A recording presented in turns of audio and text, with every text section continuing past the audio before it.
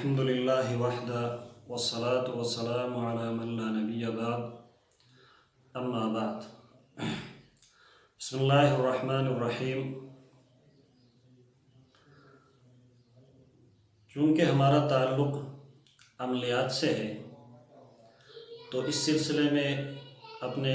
سامعین اور ناظرین کے سامنے کچھ گزارشات عرض کرنا چاہتا ہوں۔ عملیات کے حوالے سے ہمارے ہاں دو قسم کے ذہن کے لوگ پائے جاتے ہیں، دو قسم کے رائے پائی جاتی ہے۔ ایک تو یہ ہے کہ کچھ لوگ عملیات کو بالکل کچھ ہی نہیں سمجھتے ہیں اور سرے سے ہی اس سلسلے کا انکار ہی کرتے ہیں، اور کچھ وہ ہیں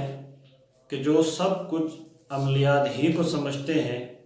اسی کو مؤثر بذات سمجھتے ہیں۔ تو گویا کہ دونوں افراط اور تفریط کا شکار ہیں۔ عملیات یعنی عمل یہ ایک روحانی علاج ہے، حضور اقدس صلی اللہ علیہ وسلم سے بھی ثابت ہے،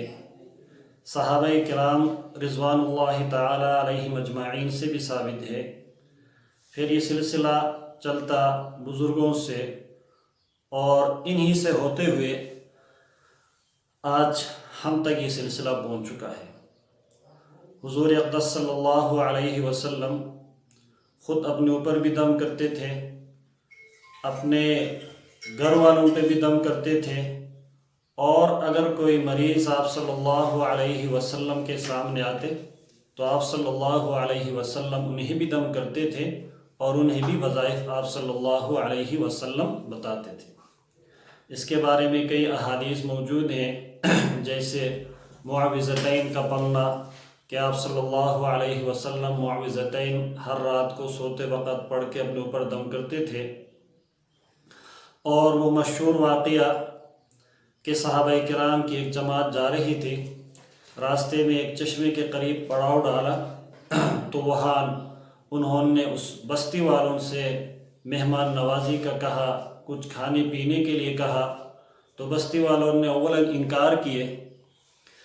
پھر یہ کہ اس بستی کے بڑے کو، سردار کو سامنے یا کسی زہریلے جانور نے ڈس لیا، تو وہ بستی والے صحابہ کرام کے پاس آئے، بھئی ہمارے سردار کو زہریلے جانور یا سام نے ڈس لیا ہے،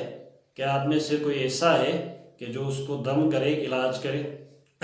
تو بعض روایت میں آتا ہے کہ اس حدیث کے راوی ابو سعید خدری رضی اللہ تعالیٰ عنہ خود اس نے کہا کہ جی ہم کر لیں گے، کہ شرط یہ ہے کہ آپ اس کا معاوضہ ہمیں دے دیں۔ مختصر یہ کہ وہاں پہ گئے اور انہوں نے اس کو دم کیا، سورہ فاتحہ پڑھ کر اس کو دم کیا، وہ ٹھیک ہو گیا، اور ان سے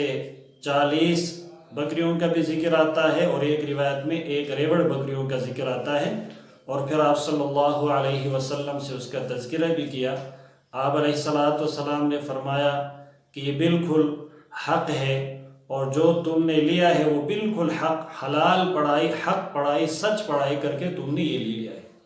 اور اس میں سے میرے لیے بھی حصہ مقرر کرے۔ تو یہ ساری چیزیں احادیث سے ثابت ہیں۔ اور دوسرا یہ کہ عملیات جو ہے یہ بزرگوں کا تجربہ بھی ہے، اور اس کا تعلق تجربے سے بھی ہے۔ اس کے بارے میں بھی ایک واقعہ غالباً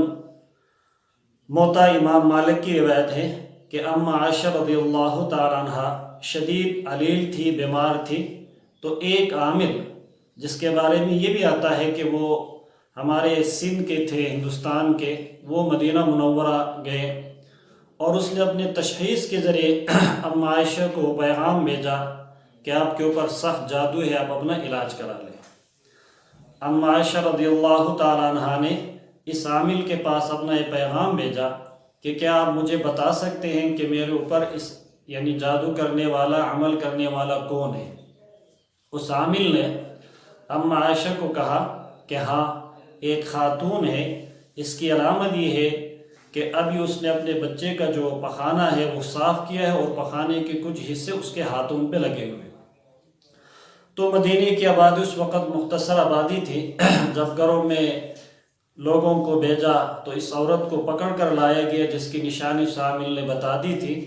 اور وہ خاتون جس نے ام عائشہ کے اوپر جادو کی تھی وہ ام عائشہ کی کنیز اور باندھی تھی۔ ام عائشہ نے جب اس سے پوچھا تو اس نے اقرار کر لیا کہ میں نے اس لیے آپ کے اوپر جادو کی کہ آپ نے مجھے مدبرہ بنائے تھے، یعنی کہ میرے مرنے کے بعد آپ آزاد، تو میں جادو کے ذریعے یعنی آپ کو موت دے کر مار کر میں جلدی آزاد ہونا چاہتی تھی۔ تو ام عائشہ نے دوبارہ اس عامل کے پاس پیغام بھیجا کہ آپ اس کا علاج مجھے بتا دیں کہ اس جادو کا علاج کیسے کیا جائے۔ حالانکہ ام عائشہ رضی اللہ تعالیٰ عنہ کو سب کچھ معلوم کہ معوذتین پڑھنے سے جادو کا علاج ہوتا ہے، فلان وظیفہ کرنے سے جادو کا علاج ہوتا ہے، پھر بھی اس کے باوجود ام عائشہ رضی اللہ تعالیٰ عنہ نے اس عامل کے پاس پیغام بھیجے کہ اس کا علاج کیا ہے۔ اب اس عامل نے جو علاج بتا دی وہ کوئی پڑھنے کے لیے نہیں کہا، نے معوذتین کے بارے میں کہا، اس نے کہا کہ آپ ایسے 2 چشمے تلاش کریں کہ جن کا منبع یعنی جہاں سے پانی نکلتا ہے وہ ایک ہو، اور اوپر جہاں پانی پھوٹتا ہے وہ الگ ہو، اندر پانی کا منبع ایک ہو، ایسے 2 چشمے کے پانی لے کر آئے اور ان سے غسل کر لیں، آپ ٹھیک ہو جائیں گے۔ ام عائشہ رضی اللہ تعالیٰ نے اس کے بتائے ہوئے طریقے پر عمل کیا اور اللہ تبارک و تعالیٰ نے ام عائشہ کو شفا دی۔ تو اس سے یہ معلوم ہو رہا ہے کہ یہ جو کچھ چل رہا ہے کہ بھئی 7 مساجد کا پانی یا 7 مشکیزوں کا پانی یا یہ ہے کہ فلان چشموں کا پانی بیری کے پتے وغیرہ ڈال کر، یہ سارے تجربات ہیں، کیونکہ یہ بھی ایک علاج ہے۔ جیسے جسمانی علاج میں تجربہ کیا جاتا ہے، اسی طرح یہ بھی بزرگوں کے تجربات ہی سے چلتا ہے، اور اس میں عدد کا بھی بہت بڑا دخل ہے کہ اتنی تعداد میں پڑھنے سے اس کی تاثیر یہ ہوتی ہے۔ اس کے بارے میں بھی حدیث میں موجود ہے، جب آپ صلی اللہ علیہ وسلم مرض وفات میں مبتلا ہوئے تو آپ صلی اللہ علیہ وسلم نے ایک دن اپنے گھر والوں سے کہا کہ میرے اوپر 7 ایسے مشکیزے کا پانی ڈالا جائے جن کا گرہ ابھی تک نہیں کھولا گیا۔ تو وہ 7 مشکیزوں کے پانی آپ صلی اللہ علیہ وسلم کے اوپر ڈالا گیا۔ اللہ تبارک و تعالیٰ نے اس کی وجہ سے آپ صلی اللہ علیہ وسلم کی جو بیماری تھی اس کی شدت میں اللہ تبارک و تعالیٰ نے کمی لائی۔ تو اسی سے بھی علماء کرام لکھتے ہیں کہ جو 7 کا عدد ہے اس کی ایک عجیب تاثیر ہے، سحر ہو گئے، اور اسی طرح جو زہر کا اثر ہے اس کو ختم کرنے کے لیے۔ تو یہ عملیات اس کا تعلق تجربات سے بھی ہے اور قرآن و حدیث سے بھی اس کا ثبوت ملتا ہے۔ تو یہ بھی ایک علاج ہے، یہ کوئی مؤثر حقیقی نہیں ہے کہ ہم ان کو مؤثر حقیقی سمجھیں، اور ان کا انکار بھی نہیں کیا جا سکتا ہے کہ کچھ بھی نہیں ہے۔ تو جو کچھ کہا کہ اللہ تبارک و تعالیٰ اس پر عمل کرنے کی توفیق عطا فرمائے۔ وآخر دعوانا الحمدللہ رب العالمین۔